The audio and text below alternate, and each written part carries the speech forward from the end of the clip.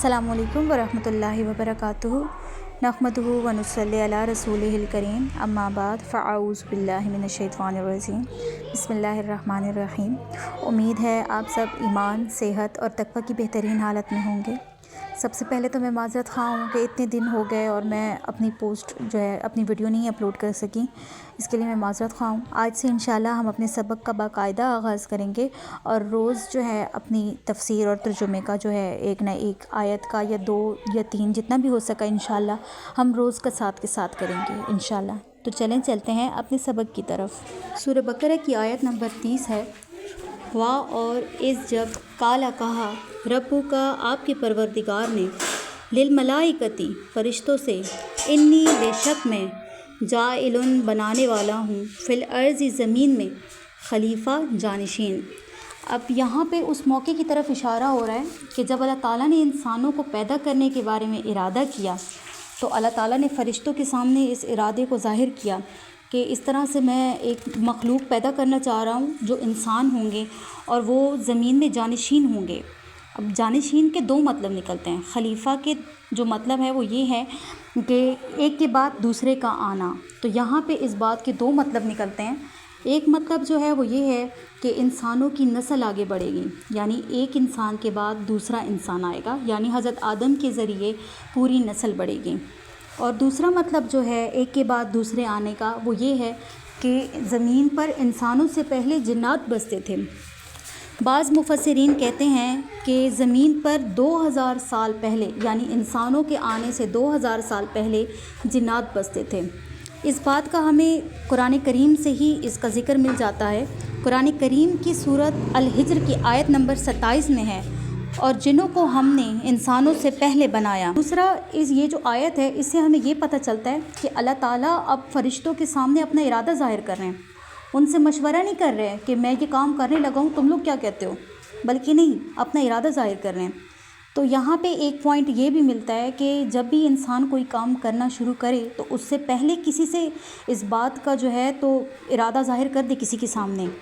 तो इस काम को जो है इरादा ज़ाहिर करने को अल्लाह ताला की पसंदीदा अमल कह सकते हैं हम, मतलब अल्लाह ताला के नज़दीक इसको पसंदीदा कह सकते हैं। दूसरा फिर आगे जब अल्लाह ताला ने अपना इरादा ज़ाहिर किया तो फ़रिश्ते क्या कहते हैं? फ़रिश्ते कहते हैं कालू, उन्होंने कहा क्या तजअलू, तू बनाएगा फ़ीहा इसमें मन जो युफ़सिदू फ़साद करेंगे फ़ीहा इसमें व यस्फ़िकू और बहाएंगे अद्दिमा खून। यानी जब फ़रिश्तों ने ये इरादा सुना तो उन्होंने कहा अल्लाह ताला से कि आप इस ज़मीन में ऐसे लोगों को बना रहे हैं जो ज़मीन में फ़साद बर्पा करेंगे और ज़मीन में खून बहाएंगे। अब ये जो है अल्लाह ताला को वो एतराज़ात नहीं उठा रहे, फ़रिश्ते एतराज़ नहीं कर रहे, बल्कि वो अपनी राय का इज़हार कर रहे हैं। तो पता चलता है कि अल्लाह ताला ने फ़रिश्तों को अपनी राय का इज़हार करने की इजाज़त दे रखी है। यानी दीन जो है उसमें आप अपनी राय का इज़हार कर सकते हैं, आप उन मामलात में बात पूछ सकते हैं। तो फ़रिश्ते अब जो हैं वो अपने इल्म में इजाफ़े के लिए पूछ रहे हैं कि ए अल्लाह, क्या आप ज़मीन में ऐसे लोगों को पैदा कर रहे हैं जो ज़मीन में फ़साद बर्पा करेंगे। अब फ़रिश्तों ने ऐसा क्यों कहा? क्योंकि उन्होंने पीछे जो जिन्नात का तजुर्बा था वो उन्होंने देखा था कि इंसानों से पहले जब जिन्नात ज़मीन में बसते थे तो उन्होंने इतना खून बहाया और ज़मीन में फ़साद फैलाया, तो अल्लाह ताला ने जिन्नात को ज़मीन से निकाल कर एक और मखलूक बनाने का सोचा। तो अब इस वजह से फ़रिश्ते जो हैं वो सोच रहे हैं कि कहीं ऐसा ना हो कि इंसान जो हैं वो ज़मीन पर आएँ और ज़्यादा खून ना बहाएँ, ज़्यादा फ़साद ना मचाएँ। क्यों? क्योंकि अल्लाह ताला ने फ़रिश्तों को इंसान की खसूसियात भी बता दी थी कि वो ज़्यादा गुस्से वाले होंगे, उनमें शहवत भी होगी, और दूसरा ये भी बताया कि इंसान जो होंगे वो बाइख्तियार होंगे। उनको खलीफ़ा बनाया, यानी खलीफ़ा तो वो होते हैं ना जिनके पास अपने इख्तियार होता है। तो अब फ़रिश्ते कहते हैं कि कहीं ऐसा ना हो कि वो अपने इख्तियारात का नाजायज़ फ़ायदा उठाएं और ज़मीन में ज़्यादा फ़साद न मचा दें।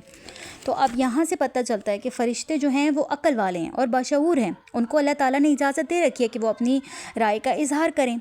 अब उनके पॉइंट ऑफ व्यू से देखा जाए तो एक तरह से बिल्कुल ठीक था उनका पॉइंट ऑफ व्यू।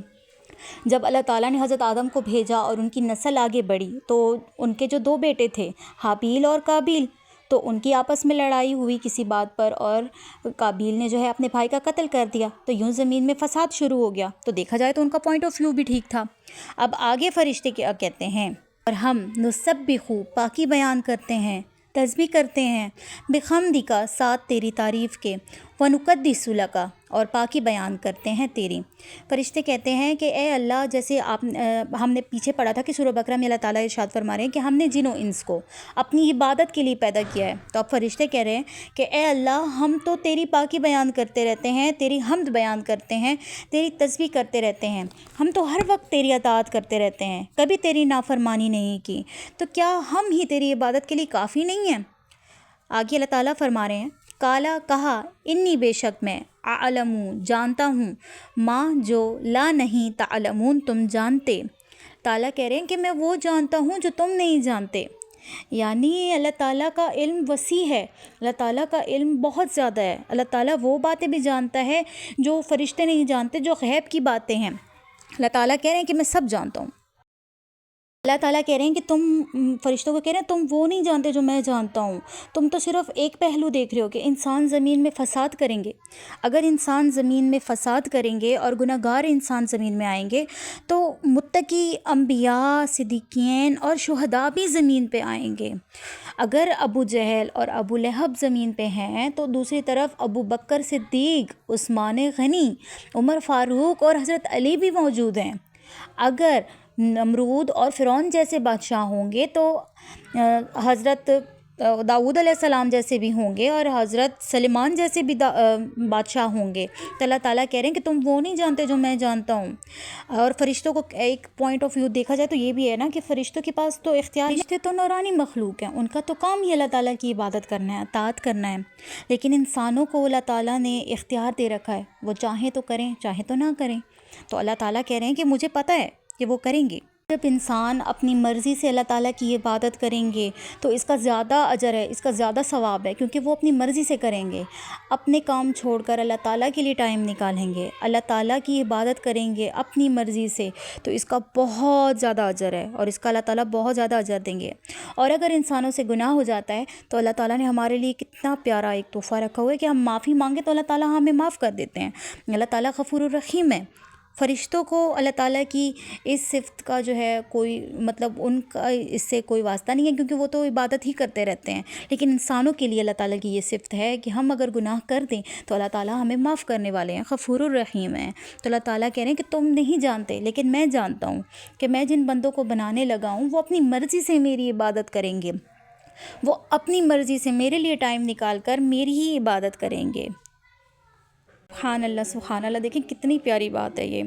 تو اس آیت کے آخر میں ہم اللہ تعالیٰ سے دعا کرتے ہیں کہ اللہ تعالیٰ ہمیں اپنے ان لوگوں میں شامل کرے کہ ہم اللہ تعالیٰ کی عبادت کریں، اپنے دل سے عبادت کریں۔